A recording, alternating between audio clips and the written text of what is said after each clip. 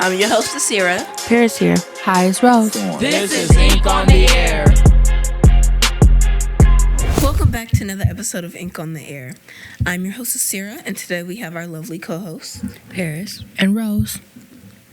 Today we will be talking about racism in our schools. As everyone knows, you go to school to learn. It is a place where you go in with nothing, not even knowing how to read, and you suddenly leave with these life skills that you can use for your future. Unfortunately, not everyone can learn peacefully in school. There are times where you feel uncomfortable or unsafe, and this is extremely prevalent among minorities, and that's what we'll be talking about today. So, to get it started off with our first question, what does the term whitewashed mean to you? To me, at least, it means when specific part of history, especially for example, Black history, is covered up in classes like social studies or like any history class or even English. Yeah. In my opinion, I believe whitewash is, just like Rose said, perhaps in school you can encounter it with certain events of history being glossed over, not even including Black people when they're the main but the main contributor to helping the situation, or just in general not really paying homage back to your ancestors, specifically in Black people who kind of just stray away from their culture to fit in with normal society. That's what I think whitewashed is. Well, the dictionary term of whitewashed is to gloss over or cover up. So when applied to school, it means the active erasure of POC voices in literature, in education, a lack of diversity that we see. Moving on, this can take... Anyway, how many POC teachers have you had? Throughout school or just high school? Just school in general. School in general, I have had 2, and the only reason why I've had 2 is because I moved to State School District this year, and this is my senior year. I've had around 5. I've always been part of the city school district, and at least up till now in high school, I don't have any. The only person of color that I could turn to would probably just be my MCC advisor. But aside from that, all my high school teachers are white. But in middle school, I had 5 of them were people of color. Throughout my school career, I haven't even had one. I've had 0 POC teachers. For the majority, till like 2nd grade, I was raised in Greece, and then I moved to the city. So I went to a private school, and all my teachers there were white. And then I started doing urban suburban, and I was going out into the suburban district, and again, all my teachers were white. So I haven't had a chance to experience a POC teachers throughout any of my school career.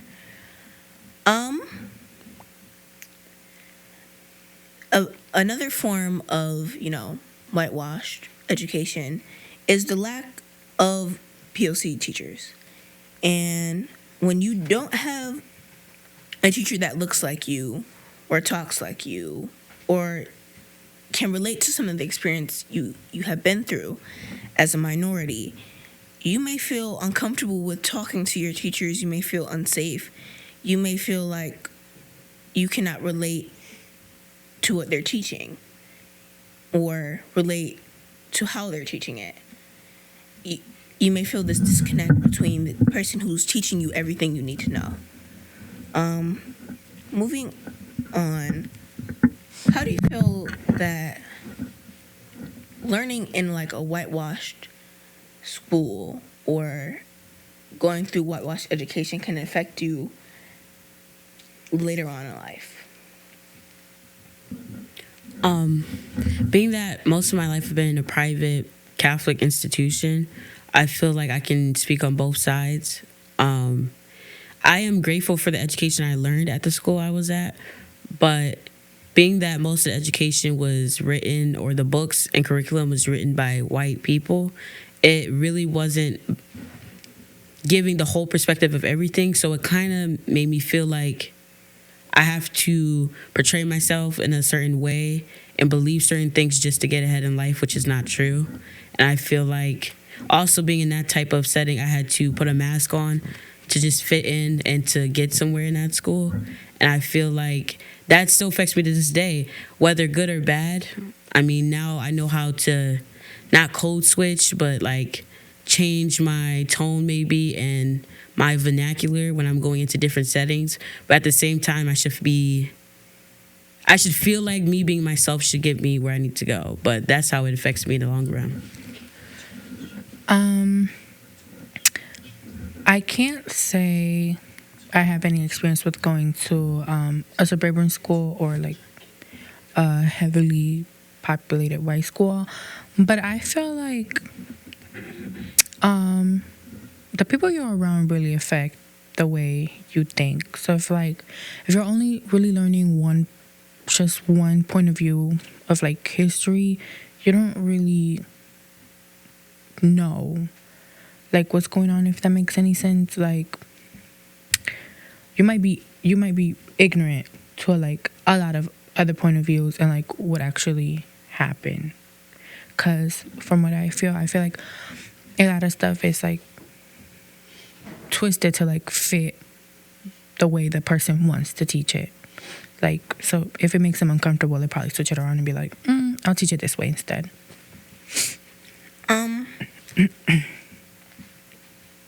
My experience growing up within a predominantly white school, it was just that many times I felt like I didn't belong. And still to this day, I'm still hesitant to, come forth and, be myself around a group of white students, because it was so instilled into me that I do not belong where I am. And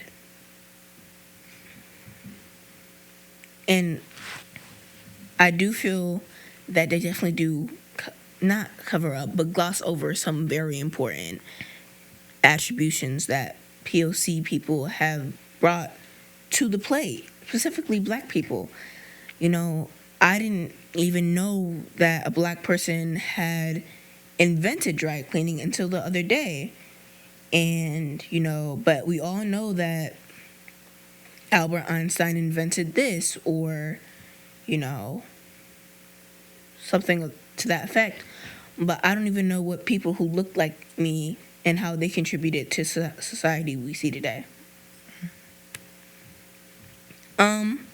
Do you feel as though your current school that you are at is whitewashed? I do not feel like my school is whitewashed. The school I go to currently is predominantly Hispanic and African American and Arab. As far as the curriculum, I feel like it's very diverse, and it comes from every point of view from everybody that's a part of the situation. So yes, they're gonna show like I wouldn't say whitewashed, but like the white view of things. They're gonna show the black view of things, and then they're gonna talk about the whole picture. So I feel like my education is thankfully very diverse. I want to agree with Paris. Like she said, that's the same way my school is built. Most of my teachers are white though, but I do feel like they do try to like include every single point of view. They're very good at making sure they hit every corner of like the situation, if that makes any sense. Yeah, I guess I could say the same for me too. I do go to a predominantly white school. However, I do feel like they definitely are trying to include different cultures. Yeah. We have our Black History Month presentation. We recently had a black woman speak yesterday about her experience with racism at our school. And overall, I do feel like they try to include everyone, despite, predominantly having white views. So, a recent example of whitewashing curriculum that has been over the media lately is the recent banning / halting of African American AP studies in Florida. Now, according to the state, the course kind of promotes the idea that in modern society, minorities are still being oppressed. Specifically, black people, as that's what the course is about.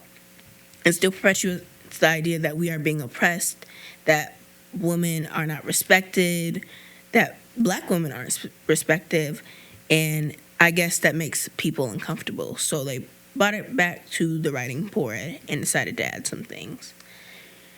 And so relating to this, Governor DeSantis, the current, governor of Florida, said, "We want education, not indoctrination."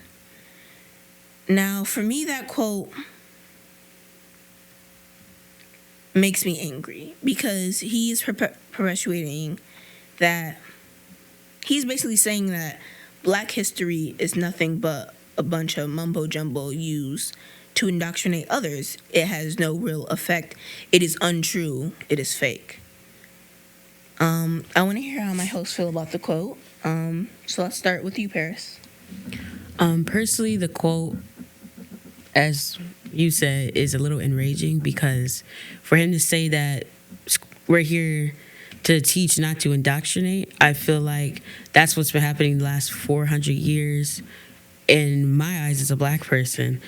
Everything taught to me at the school I was, and even in other schools, every school, there's tons of history being wiped over because black history specifically is not in there. And if we're not telling black history, we shouldn't tell them history at all, because especially in America, black history is the backbone of American history. So for you to just gloss over and to say that it's indoctrination, is blasphemy to me and biased. I agree with everything both of you guys said. It is kind of dumb to say such a thing like that, because if everybody else gets to learn about their heritage, why can't black people? There's other classes that deal with but I feel like Perry said, if you want to talk about American history, you got to talk about black history. And my thing is, specifically with that quote, and actually, no, I want to touch on what you said, how, people are feeling uncomfortable, and I feel like this world's not here to make you feel comfortable. We can accept your opinion, but if everything was comfortable, then I wouldn't be going through what I'm going through right now as a black person in America, or every POC for that matter. So if people are uncomfortable, that means it is the truth and you need to hear about it. Everybody's going to be uncomfortable at some point. Why not now? Mm-hmm. Challenge your views. Agreed. And it also comes from the fact that school is supposed to stimulate critical thinking. You cannot critically think if you do not see multiple points of view. So even if it is wrong and could be considered indoctrination, it is still good for one to learn and form their own opinions about it on their own. We should not let the government intervene in our learning because it makes them feel uncomfortable. Florida House Democratic leader Fentress Driscoll, I think that's her name. Yeah. Driscoll rejected the administration's, banning of sorts and called it cowardly, and says that it sends a clear message that black history is not welcome in Florida. I agree with that statement. She also said it is cowardly to assume that all views are going to be like each other. Imagine if all our views were the same. Do you think we would have any creativity in the world? Mm-mm. I don't think so. Let's hear what our lovely host has to say. Do you agree with her statement? I agree with her statement. Like I said, I feel like if you're not challenging yourself, then you're not really growing. It takes a lot of effort and it takes a lot of courage, as you said, to want to reach out and hear other people's point of views, or you're going to be stuck in your own views and not expanding your consciousness and your your intellect. I agree. And just like Paris said, school is a place for you to be challenged, for your opinions to be challenged. Like, it's a place for you to learn different perspective. Like, if you can't learn different perspective or like learn something new, why go? And this is our special segment. And today, we will be talking about the recent discussion, I guess, if that's what you can call it, over the new Little Mermaid movie. Now, I personally feel like it's just racist. It is. Because, so Ariel in the original movie was white, but she was also a mermaid. But, people throw that out the door. And a cartoon. Yeah. But, so now in the live action movie, we have Hal. I think that's her name, right? Haley, oh my gosh. Haley? Don't play with my girl like that. That's Haley. Oh, it's Haley. My bad. Well, look at her. So it's Haley, and the trailer came out, and people started being racist, and I was like, she was like, my Ariel isn't black. Well, your Ariel was fake, so you can shut up. Now we want our host's feelings on this. First, can we not try my girl Haley? Like, Haley, she's that girl, she can sing. It's not because she's black that she got her role. It's because she was qualified for the role. Like, come on, y'all. And on top of that, there's a hashtag going around talking about some hashtag not my Ariel. Well, hashtag not my audience. If you don't like it, don't watch. Wait, that.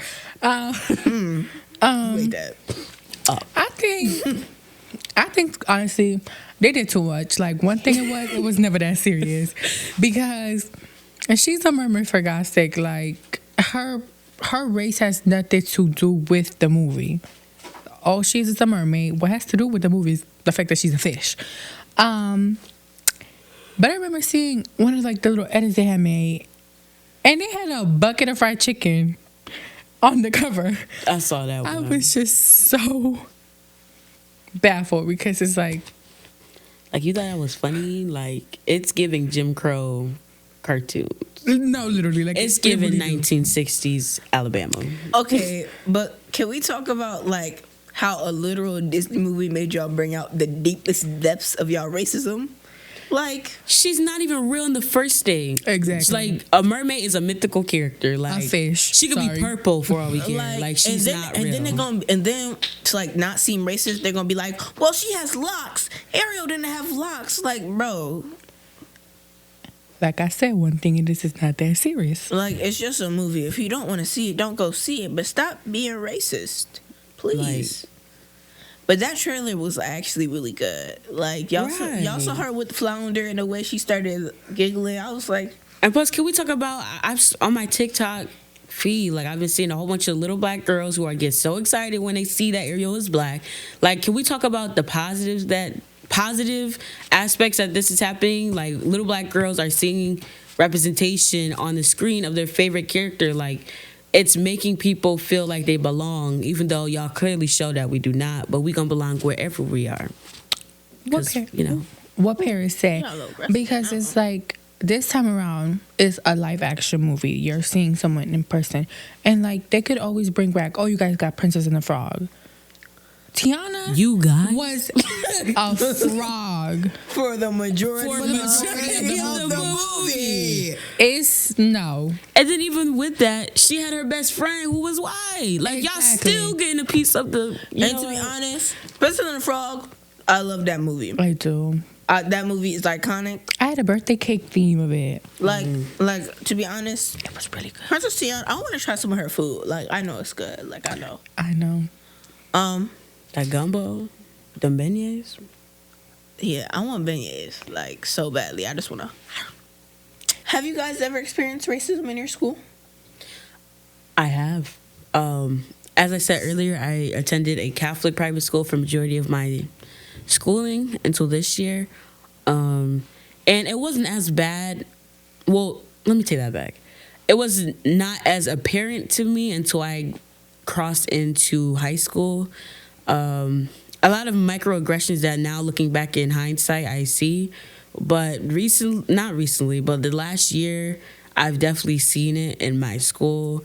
From just getting something that I was more qualified over a white counterpart, and being called the N-word to my face, being told I smell like fried chicken, all because I was more qualified for a job than they were, or just being yelled down the hall like monkey and all of that. That school, it was different, and I'm not gonna name no names, but you know who you are. Okay. I wouldn't say I mostly faced microaggressions. So it's like, not as bad as Paris, but I did get called a border hopper once. I'm sorry, it's not funny.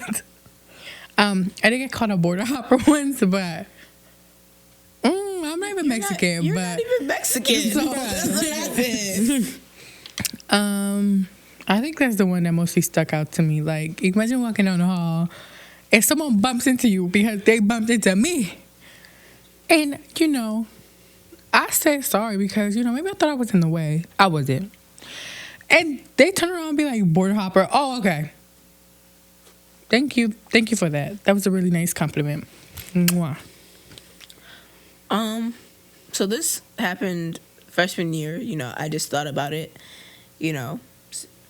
from rehearsal the other day, because I was laying in my bed. I was like, what racist experience have I ever had? Who does that? I'm sorry. I was trying to prepare for the podcast, and so I remember this dude. He always had his just charger just hanging out of his pocket, and so he would take it and he would walk past me. He would go, "Wachow!" Oh nah. And then I didn't process what he was doing until just now. I was like, he was really whipping me. I was like, yo. Me personally? I was like, no way. I sat up in the bed like I just had a recollection.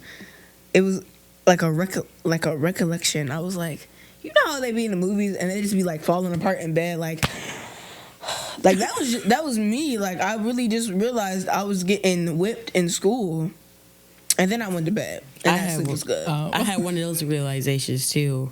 Not in bed, but I was sitting on the bus, and taking public transportation, it takes so long. You have time to really think to yourself, and I was just thinking one of my friends from my old school, he was a white boy, and he had, of course, white parents, and I used to go over to his house and watch the football game all the time and hang out. And I remember I was walking in the hallway one day, and his mom comes up to me and thinks it's okay to just put her hands in my hair. And mind you, I had an afro, but still, I don't care what I had on my head, putting your hands on me without asking is weird. And then I asked her, can you please not touch me? I'm not a pet. She's like, well, you didn't say that when you were eating my food at my house. When I told you I was gagged, I was like, excuse me? I don't care if I was at your house or not. What makes you think it's okay to put your hands in my hair? For anyone who thought that was okay, please don't do that.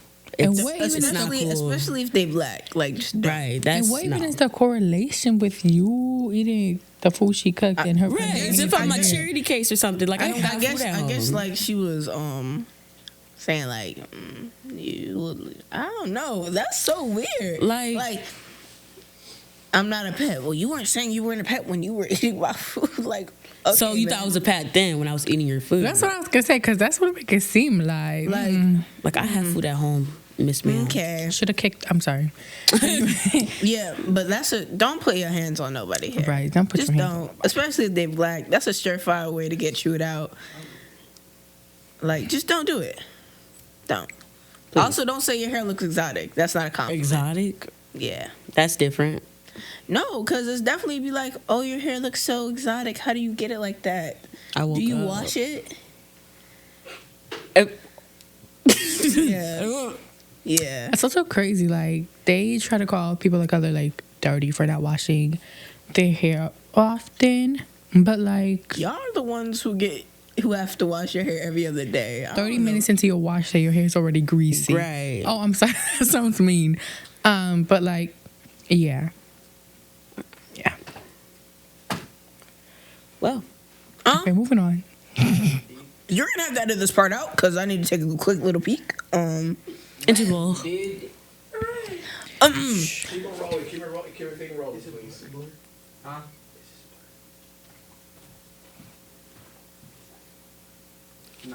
Sticker. Okay. Do you feel that your teachers are racist? I'm gonna take the lead with this one. No. I don't know. I feel like not that I have gotten like a vibe. Vibe, no. But there's this one specific bald teacher of mine. Actually, I don't have him anymore. I had him for freshman English, and when the N word comes up in a certain like book or whatever, oh, he jumps for joy when that word comes up because the way he announced it, it's like that came from the depths of his soul. And then just this year, he was going around saying that he a proud black man. Now that man is not black. Snow White. He might have him a little summer tan, but he is not black, y'all. So I do think he's racist, yeah. So at my old school, every single one. But this year, I would say there's one. I'm not gonna say her name because I'm not trying to, call her out. But I don't have her personally, but I know a lot of my fellow classmates have said she just says very weird things and also picks on certain people and that are alike, if you understand what I'm saying. And yeah. I've never actually experienced any racism in my school this year, but I will say that there are subs that come in who just don't know the culture of my school. Because if you actually went to my school, you would know, like, our school does not tolerate that. But from other subs coming into the school, they say certain stuff that just you don't expect to hear at my school. So, yeah. I don't feel like any of my teachers are racist. But, like, I definitely do believe that they need a little bit of more help handling black people. Because I don't want to be told about how you got, like, a black son-in-law while I'm telling you about how I was just called the most atrocious slur ever. But, like, that's here nor there. Let's move on. Do you feel like the school system itself is racist? Yes. Oh, she jumped In all capitals. I feel like I was in like the Central City school districts, like they do cut a lot of funds, if that makes any sense, of like predominantly POC schools, if you understand what I mean. And as for the courses, can we stop? Say, we can hear you slurping. That's literally all I'm looking at right now. Is there cheese in there? Did you put cheese in there? So I'm like, what is that extra pull? I'm really sitting here watching you. I'm trying to talk it all here. Right, that's literally, I was looking at Rose and I was like, conversation, I kept going. it's good? So we are still rolling this pick back up where you start back over what you just said. You repeat that. I do believe the school district itself is racist. Like I said, I feel like they tend to they take a lot of funds from schools that are predominantly people of color. And then as for courses, my school in general just doesn't offer any AP classes. Instead, we get sent to MCC. And we just get college credits there. But I know a lot of schools that don't have any AP, like, culture studies, if that makes any sense. They mostly, like, maybe they just have, like, AP, like, a language, like Chinese or something. But aside from that, I haven't really heard that any of my friends who take AP classes have an option for, like, African studies or anything like that. And I don't know, I feel like at least in city schools, I don't think there's any AP culture classes, if you understand what I'm trying to say. In short, yes. But here's why. I feel like I have an older brother, and watching how situations were dealt with according to like behavior at my school was very harsh and cruel on punishment, especially schools that have, you know, a no tolerance policy. They kind of run with it.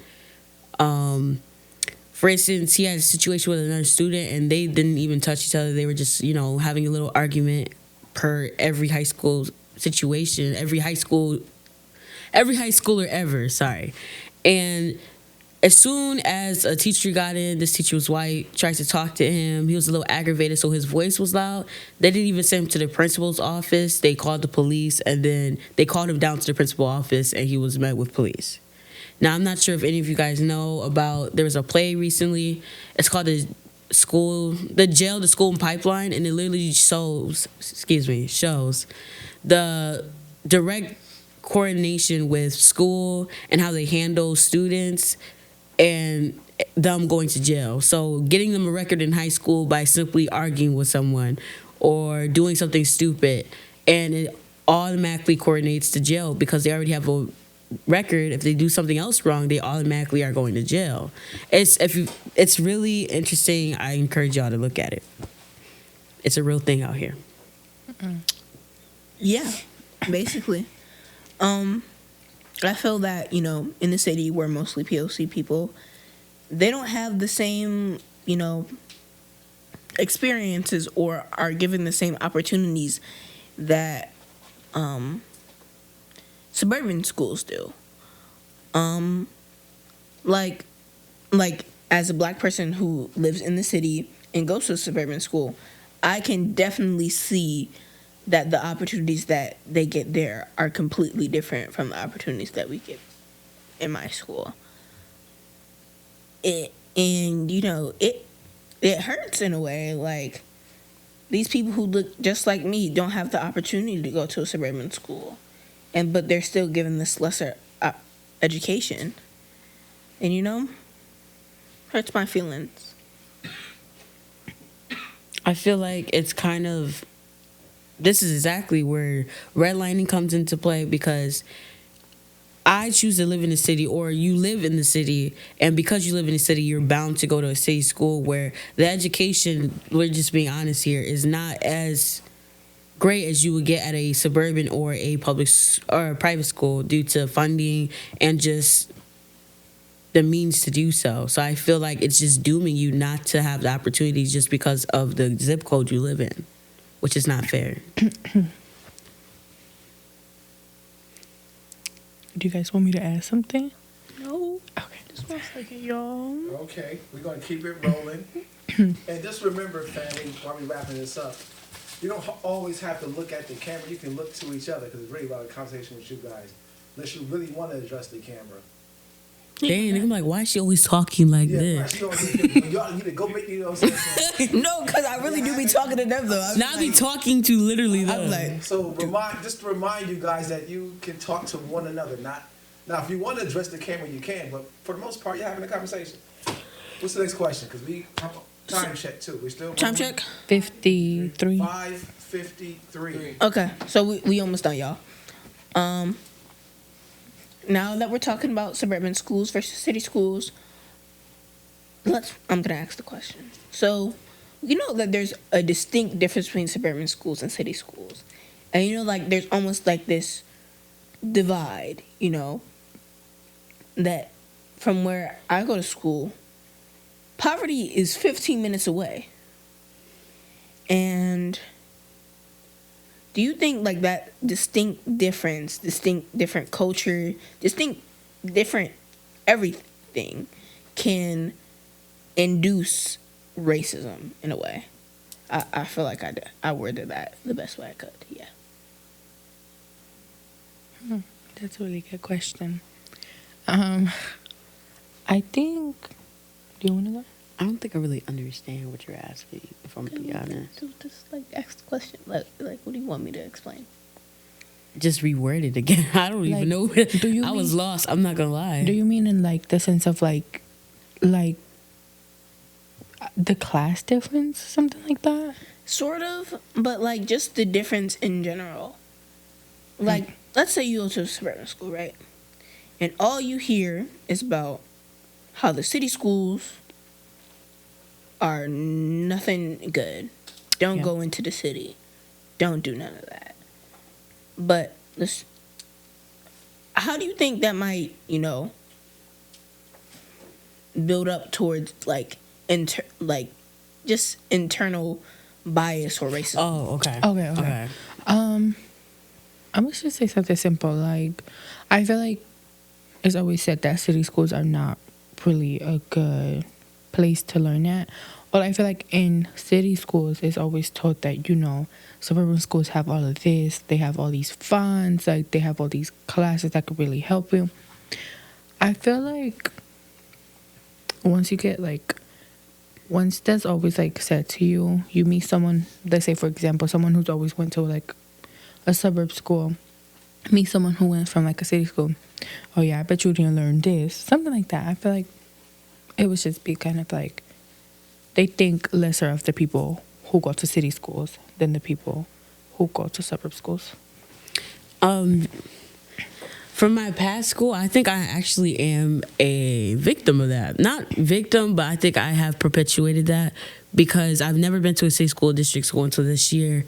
And always hearing that the city school is bad, don't go to the city school, or the city school is this, and this, and it don't get funds, so you guys won't really be learning anything. All you do is color in coloring books.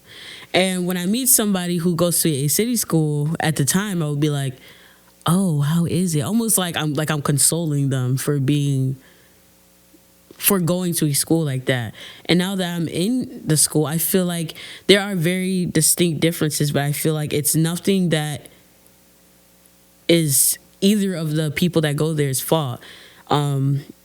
Most suburban schools, well, in my opinion, everybody that goes there has a 2-parent household and they live in a white picket neighborhood with a golden retriever, like that type of just nuclear family. And when you move to the city school, being that living in the city, there's just challenges that suburban kids do not face, like situations where you don't have both parents in the house, you don't have a cut clean schedule, you go to school, you go to practice, you go home. There's other factors that living in the city, yes, can affect you. So when you go to school, everybody's having their own issues outside of school, so it makes it a little bit of a different atmosphere. But I feel like both schools have very beneficial things that they offer between the two in their own special ways, if that makes sense. Sorry to go on a tangent, but It's very much needed. Thank you. Yes, for sure. I'm gonna answer my own question.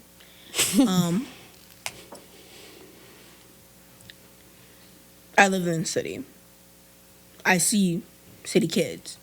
I see my brother who also goes to Penfield Elementary School. I see the kids he plays with. I can tell from the way they talk, the way they act, that their education is nothing like KJ's. Sometimes I might even be like, oh, those bad little kids, they don't learn nothing at school. And then I think about it, and I was like, it's not their fault that they don't learn nothing in school. It's not their fault that their teachers, are underpaid, stressed, tired, do not have the patience nor the time to one-on-one with each student. It's not their fault that sometimes, even if they need help, that they can't get it. And I know the reason why I go to suburban school, because my dad, he went to the city school, and he's been there. He sees the city schools out. He's like, you're not going there.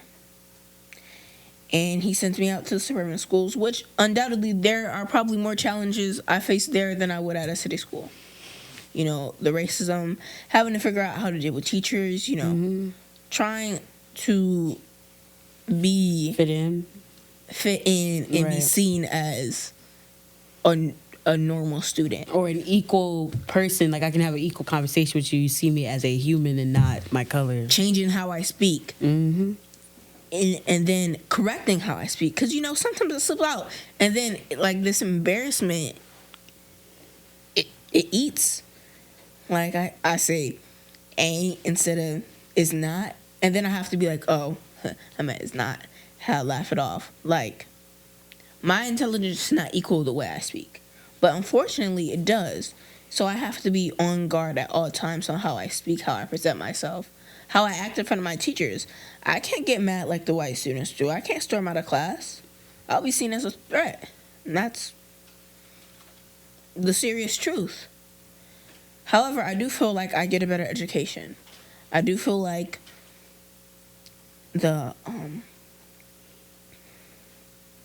work I get is thorough. It helps me learn. I do feel like I can get help if I need it.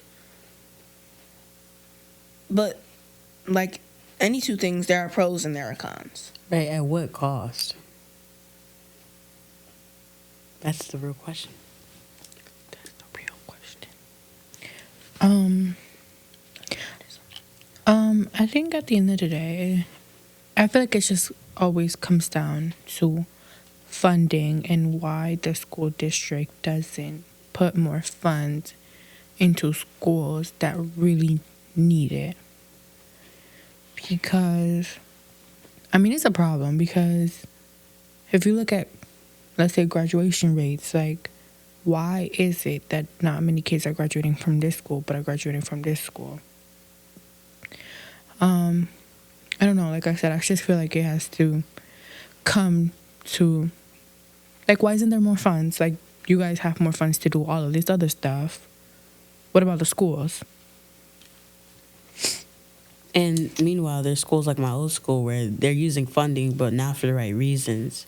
Like using funding to refurnish dorms upstairs, but meanwhile, the classrooms are falling apart. The books are from 1996. I wasn't even alive in 1996. My mom was in high school in 1996. So it's just we should take funding that from places that don't use it for the right reasons and put it into places that actually need it, who actually can benefit from that. Sorry, I'm gonna ask something else. And it always comes down to parent, like, it's a urban school, like, let's be real, like, more parents are involved in, like, school activities. And in city schools, there's not that many because, like Paris said, not everyone can afford to, like, pitch in, if that makes any sense. But I feel like it's not fair to have people having to, take a little bit from here, take a little bit from here, just to try to, like, make something that they obviously can't make, if that makes any sense.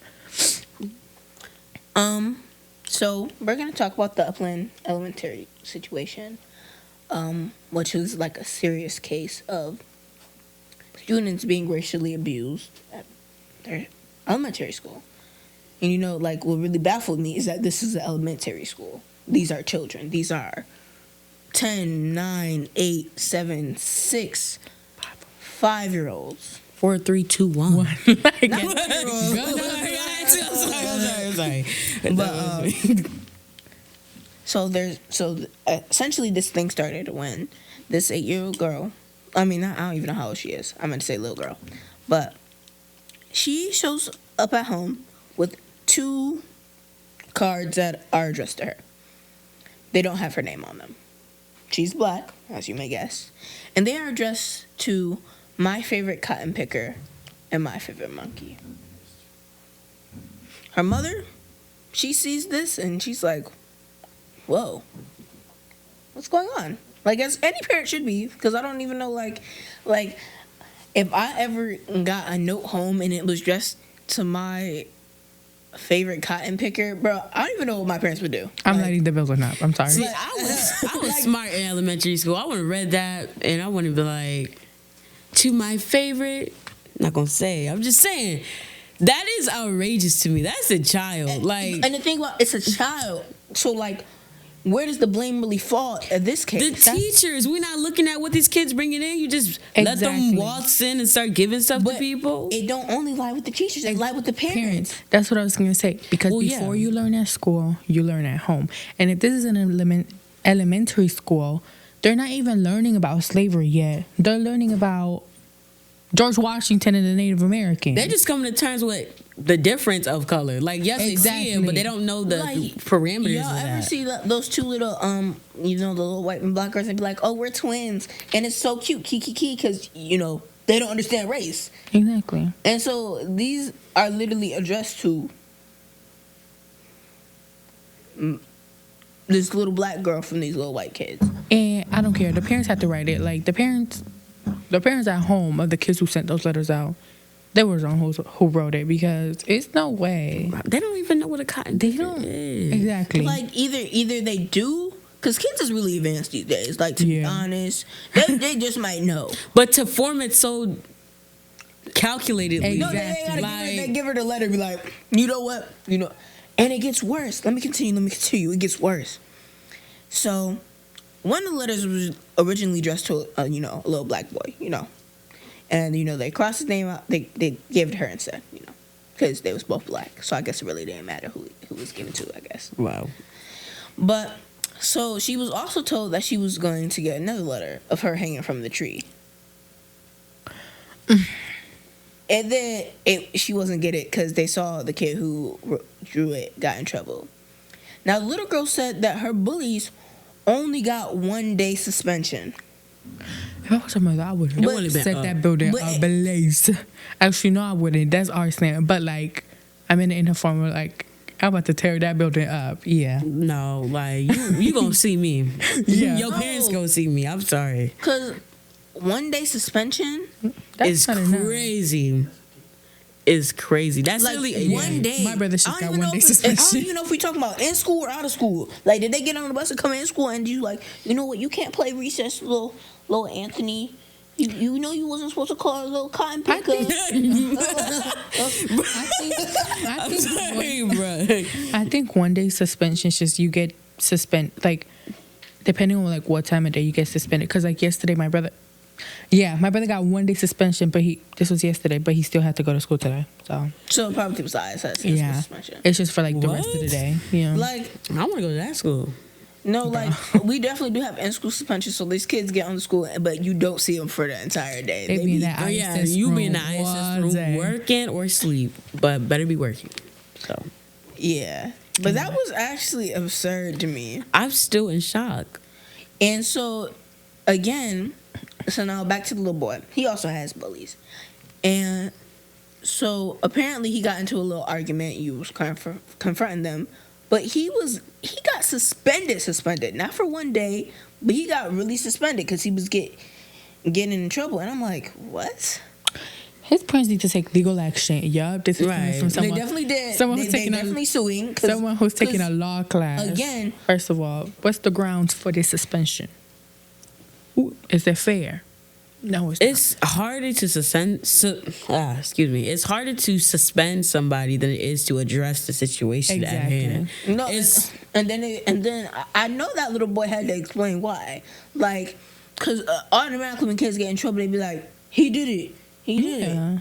So I know this little boy had to be like, they said I was this and this and this and this, and so I yelled at them and I said they was ugly or something like that.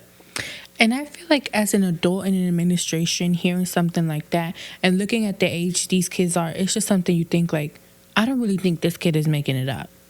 Like the thing, like. You can't think a kid is making that up at any age, like even in high school. Like, if one of my administrators were told that I just got this letter addressed to me and it said my favorite cotton picker, there is no way like someone could possibly make that up. Like, right, that's too calculated for an 8 or 7-year-old to say. Like it's so odd that these are children I'm talking about who probably don't even know how to like write neatly. So I know like they probably scribbled it on the thing. My favorite spelled favorite wrong with no E on the end, cotton picker. Like that has to be so absurd. Like you really have to look at this and be like, what are these kids learning at school? Like forget the parents. What are they learning and what are the teachers doing? Do the teachers know? If they are they playing a hand in it? Like, do they care about my, like, all these questions are raised in the parent's head. Now, why do you think that these bullies, we'll just call them bullies right now, only got limited punishment? I think it's obvious. I mean, it is pretty obvious. I mean, Race. if these people were white, or these children, were white, then I would just blame it on white privilege. But for the school to make that decision, I think it's more just in 2023. I think it's more of a bias.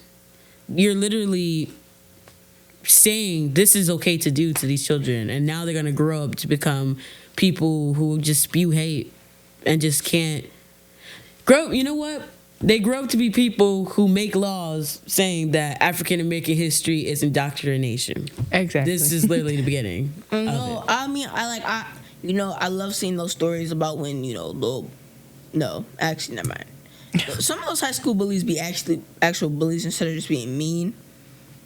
But here, I love seeing, like, when children realize they wrongs and they apologize. Like, I love those stories.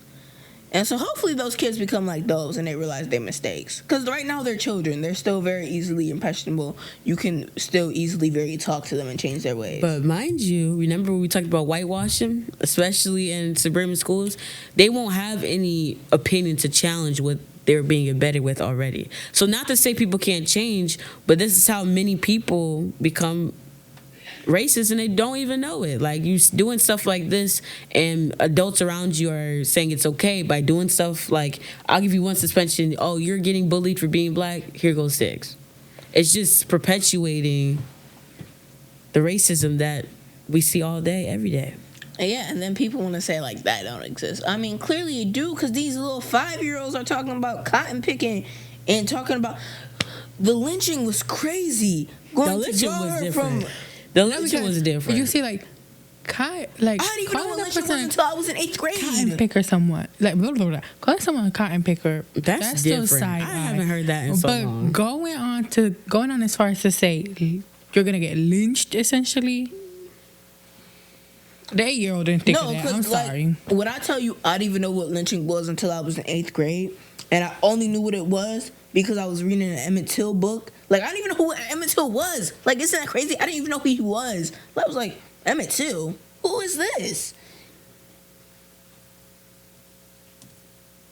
Yeah. So, personally, I feel like this is a prime example of deeply ingrained racism in our schools. Like, it would have been different if this was in a high school. Like, I would have been like, yeah, y'all gotta be kidding me. But, y'all are like 16, 17, 18, 19. Too grown to be acting like that. They grown. So that means I could, like, be like, y'all need to do better. I don't know who raised y'all.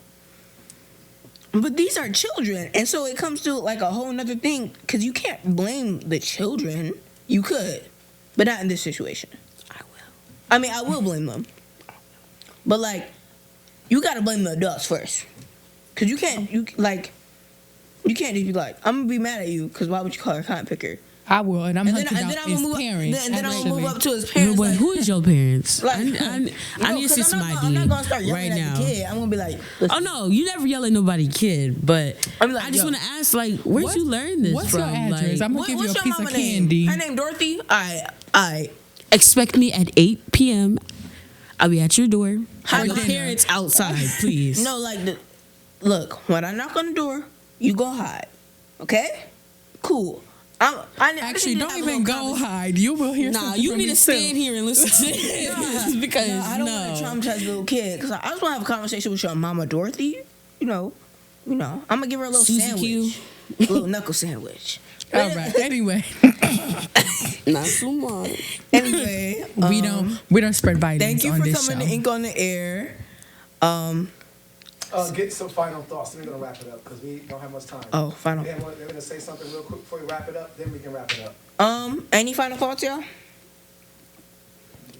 For it to be 2023, I'm a little disheartened. Not to be a pessimist, but pessimist. Yeah, not to be that, but it's just like a little disheartening. We got kids doing stuff like this, laws trying to be passed, trying to bring it back to basically Jim Crow times. But basically, I just want to say, like, where's the love and where's the community that the U.S. is supposed to be about? Everybody's always arguing and worrying about what celebrities wearing this, what celebrities doing that. But can we, like, try to build back the community that America needs to have? Like, this is not cool. Arguing, fighting, being racist and rude to each other. Just spread love and positivity. Just like Paris says, just for all of this to be happening in a year like 2023 is very baffling, mind-boggling even. And it's really sad to see how society hasn't really come far. Just like Martin Luther King said, it took 100 years to get as far as segregation, which is not that far. And still, all this time later, it hasn't really gone far. But to the kid situation, yikes. Like I said, before you learn at school, you learn at home. So there's something going on in that house that needs to get checked and fixed, because there's no way these little kids are just going into school and just spewing hate to some other little kids who don't deserve this. I mean, nobody deserves this, but you understand what I mean. Anyway, my final thoughts are that don't be racist, number one. And number two, it's 2023, y'all. If y'all gonna be racist, don't be obvious. Like, Governor, please. Step down. I'm kidding. Right. Like, Or if you are. Like, that, don't step down. Just you know, just you don't even gotta make a whole big deal. Just quietly put African Americans AP studies back on the board, and then just move on with your life. And my thing is, if you're going to be openly racist, you better be prepared for the repercussions that come after that. Because Exactly. not to say you say something racist to me and I'm going to cuss you out or, you know, argue with you, but further down the line, anything you post, anything you say, it's 2023, everything is recorded. So Exactly. that job that you just interviewed for, they will be seeing will it. not be getting So it. let's just be smart about what we say. Thank y'all for watching this episode of Ink on the Air. I'm your host, Aasera. I'm Rose. Go. I'm Rose. And this is Paris. And we out. Bye.